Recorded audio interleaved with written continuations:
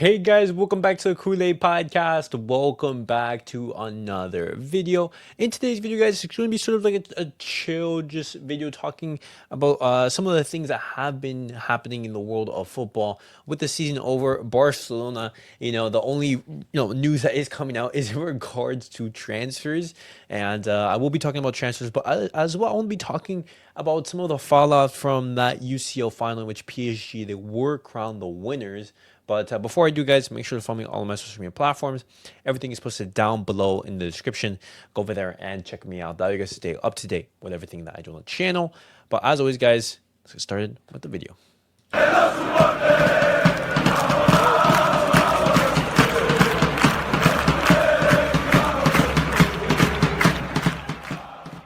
All right, guys, let's get started with the video and let's talk about this debate that has been emerging in social media. Some of the fallout from that, PSG win in the UCL final. Now, congratulations to PSG. I did not think that they were going to actually go ahead and win it after their atrocious start in the UCL. But congratulations to them, first UCL under their belt. And UEFA, they gave the UEFA Champions League Player of the Season award to Ousmane Dembélé. Now, I think this is absolutely ridiculous. Ousmane Dembélé, yes, he's had a fantastic 2025. He's been one of the best players in the world. But I do not think that throughout the entirety of the UCL campaign, he was the best player in the competition. I would give that award to Raphinha. Raphinha, when you look at his numbers, when you look at the contributions, he was by far the best player in the tournament. He basically matched CR7's best season. If it wasn't for Raphinha, not getting to that final and winning the Champions League, he would have won it. I'm in complete disagreement right here. I don't think that Ousmane Dembélé should be the player of the season. That's UEFA, and as well, the same thing goes for Désiré Doué, who won the Young Player of the Season. Now, they're basically giving these awards because PSG, they won the UCL final.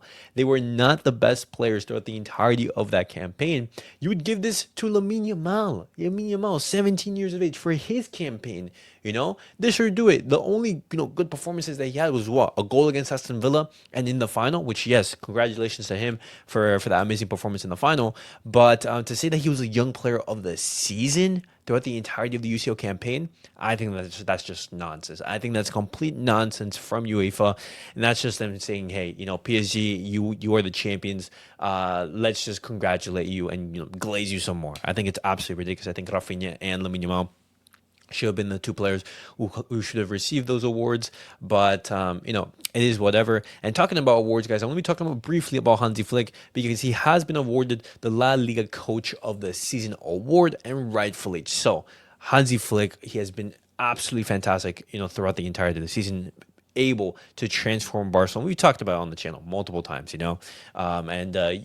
rightfully so, Hansi Flick winning that award. But moving on now, guys, I want to be talking about transfer news because right now that is the latest, that is the most important thing. Transfer news. What is the latest? And I want to talk about Óscar Mingueza because Mundo Deportivo have reported that Aston Villa, they are interested in the defender.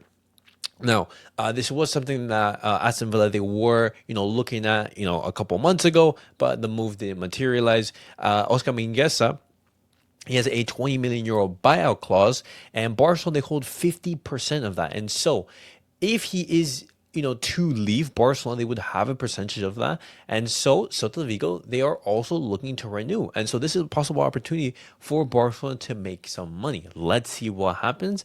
And, Barcelona, they've had multiple deals like this, out in the market. They have, some rights for Abde, I think 20%, Jean-Claude Totolivo, who I think right now is at West Ham or something, as well for Miguel Fay at Rennes, and Francisco Trincao in Portugal. But these are all moves in which Barcelona, they could be generating some revenue. We have to see what happens in this summer, but I will be making sure to keep you guys updated. In regards to a potential departure, I want to give you guys some information about Iñaki Peña because, as we do know, with Barcelona, super close to finalizing that deal for Joan Garcia. Looking at the reports that are emerging in the media, it appears that Barcelona, they're going to be receiving the here we go confirmation tomorrow. Now, we've been hearing about this, for the past couple of days. You're thinking, when is Barcelona actually going to make this move official? And so I'm not really reporting too much on it because there's been a lot of sort of, similar reports. There's some reports that say, everything's been agreed. It's going to be signed today. There's reports that saying it's going to be signed tomorrow or in the coming days. And so, with that, whole saga developing and everything, we do have to talk about Iñaki Peña because, as we do know, he's going to be leaving the club. He's going to be leaving the club. Iñaki Peña, he's made that decision to leave. Two teams that are interested in him are Celta de Vigo and Galatasaray. Two Spanish teams as well have shown interest in Sevilla and Valencia, but because of their financial struggles, they have not made formal offers. Now, of course, Iñaki Peña, he's going to want to find a project that suits his goals. He wants to be, a starter. He wants to be competing for trophies. And so when you look at those four teams, guys, what do you think would be the most viable option for Iñaki Peña? When you're looking at Celta Vigo, when you're looking at Galatasaray, when you're looking at Sevilla or Valencia, would he want to stay in Spain or would he want to go abroad? I think this is a great move for Iñaki. Obviously, he's won some trophies at Barcelona, but it just wasn't meant to be. With Barcelona, you need to be of the highest caliber. And, just because you don't make it at Barcelona does not mean that you're not going to succeed. You playing at Barcelona, you've already made it. You can go out and play for different teams in the top level of professional football, and that could still be a super tremendous and successful career. And so I wish Iñaki Peña all the very best. Let's see to which team he goes towards. But it's pretty much confirmed that he is going to be leaving the club, and hopefully he is able to have a successful career. And the last piece of news I did want to talk to you guys about is in regards to Lamine Yamal, because as I started in the video, I was mentioning how UEFA awarded Dembele and they awarded Désiré Doué for those awards. And right now, a lot of people are saying, "Oh, Désiré Doué is better than Lamine Yamal, Ousmane Dembélé for Ballon d'Or, etc., etc." And Lamine Yamal, ahead of Spain's match against France in the Nations League, he did speak to the media and he was asked on how he would decide who would the Ballon d'Or be given to. And he said, if you had to give the golden ball, the Ballon d'Or, who would you give it to? The one who wins on Thursday or the best player of the year, of the season? Lamine Yamal, he continues on and he says, I would vote for the best player of the year, of the season. But if you want to play it on Thursday, we play it on Thursday. I would give it to the best player of the year and I keep it to myself. So right there, Lamine Yamal, he didn't say, hey, I'm the person who should be winning the Ballon d'Or. No, he did not say that.